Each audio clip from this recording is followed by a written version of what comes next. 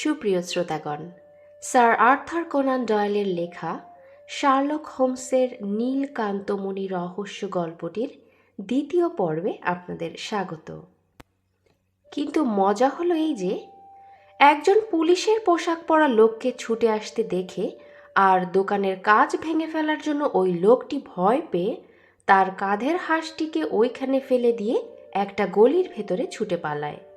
ওইখানে এত সরু সরু গলি আছে যে সমস্ত পাড়াটা যেন একটা গোলক ধাঁধা। পিটারসনকে ছুটে আসতে দেখে ইতিমধ্যে ওই গুন্ডাগুলো পিঠ টান দেয়। তাই রঙ্গমঞ্চে পৌঁছে পিটারসন এই টুপিটা আর সেই হাঁসটাকে পড়ে থাকতে দেখে। পিটারসন নিশ্চয় টুপি আর হাঁসটা মালিকের কাছে পৌঁছে দিয়ে আসে। না হে না, আসল গোলমালটা তো সেইখানেই। হাঁসটার বাঁ পায়ে অবশ্য একটা কার্ড আটকানো ছিল, তাতে লেখা মিসেস হেনরি বেকারকে, আর টুপিটার ভেতরে HB এই দুটি অক্ষর লেখা ছিল। কিন্তু মুশকিল কি জানো, লন্ডন শহরে অন্তত 1000 খানেক বেকার পদবীর লোক আছে, তাদের মধ্যে আবার খুব কম হলেও 100 খানেক লোকের নাম হেনরি। সুতরাং আসল মালিককে খুঁজে বের করে মাল ফেরত দেওয়া মোটেই সোজা কথা নয়। পিটারসন তখন কি করলো? সেই দিনই সকালে সে হাঁস আর টুপিটা নিয়ে আমার কাছে এসে হাজির। পিটারসন জানে যে যে কোনো রকম সমস্যার সমাধান করতে আমার খুব ভালো লাগে। তুমি আসবার একটু আগ পর্যন্ত হাঁসটা আমার জিম্মায় ছিল। আমার মনে হলো যে আর বোধহয় ওই হাঁসটা রাখা ঠিক হবে না, ওটাকে এবার রান্নাঘরে পাঠানোই উচিত।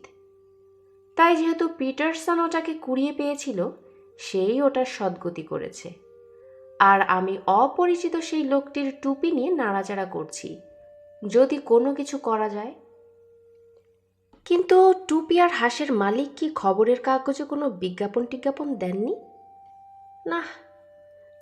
তাহলে কোন সূত্র ধরে তুমি তার সন্ধান পাবে বলে আশা করছো?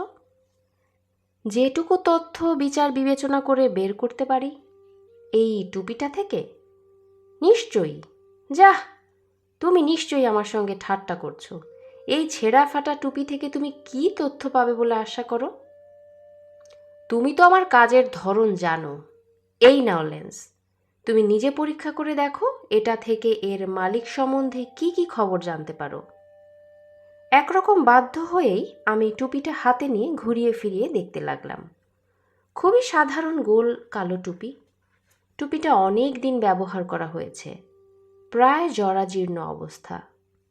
টুপিটার ভেতরে লাল রঙের সিল্কের কাপড়ের আস্তর, তবে রংটা প্রায় উঠেই গেছে। টুপিটার ভেতরে কোনো কোম্পানির নাম নেই, তবে হোমস যেরকম বলছিল একদিকে HB হরফ দুটো লেখা। টুপিটার দুদিকে ফুটো করা আছে, বোঝা যায় ওখানে চামড়ার সরু পটি লাগানো ছিল। পটিটা ছিঁড়ে গেছে। টুপিটায় ধুলো জমে রয়েছে, রং চটে গেছে, বেশ কয়েক জায়গায় ফাট ধরেছে। কালি লাগিয়ে রং চাটা জায়গাগুলোকে কালো করবার চেষ্টা করা হয়েছে। টুপিটা ফেরত দিয়ে আমি বললাম যে কোনো সূত্রই আমার চোখে পড়েনি। ও কি বলছো? তোমার চোখের সামনেই সব কিছু রয়েছে।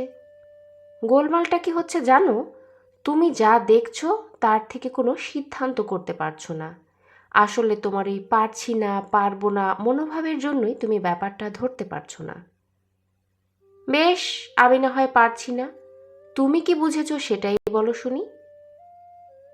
হোমস টুপিটা তুলে নিল, এরপর সেটার দিকে বেশ খানিকক্ষণ এক দৃষ্টিতে তাকিয়ে রইল। এই টুপিটা থেকে যত কথা জানতে পারা উচিত ছিল ততটা হয়তো জানা যাবে না, তবে কতগুলো ব্যাপার বেশ স্পষ্ট, আর কতকগুলো ব্যাপার ঠিক ততটা পরিষ্কার না হলেও মোটামুটি ভাবে যে ঠিক তা একরকম জোর করেই বলা যায়। যেমন ধরো, লোকটি বেশ বুদ্ধিমান। বছর 3 আগ পর্যন্ত সে বেশ পয়সাওয়ালা লোকই ছিল, তবে এখন তার টাকা পয়সার বেশ টানাটানি যাচ্ছে। লোকটি যাকে বলে বেশ হুঁশিয়ার, মানে সে যখন কোনো কাজ করে তখন বেশ ভেবেচিন্তেই কাজ করে। তার এই টাকা পয়সার টানাটানি আর বেহিসেবি ভাব দেখে আমার মনে হচ্ছে যে তার স্বভাবও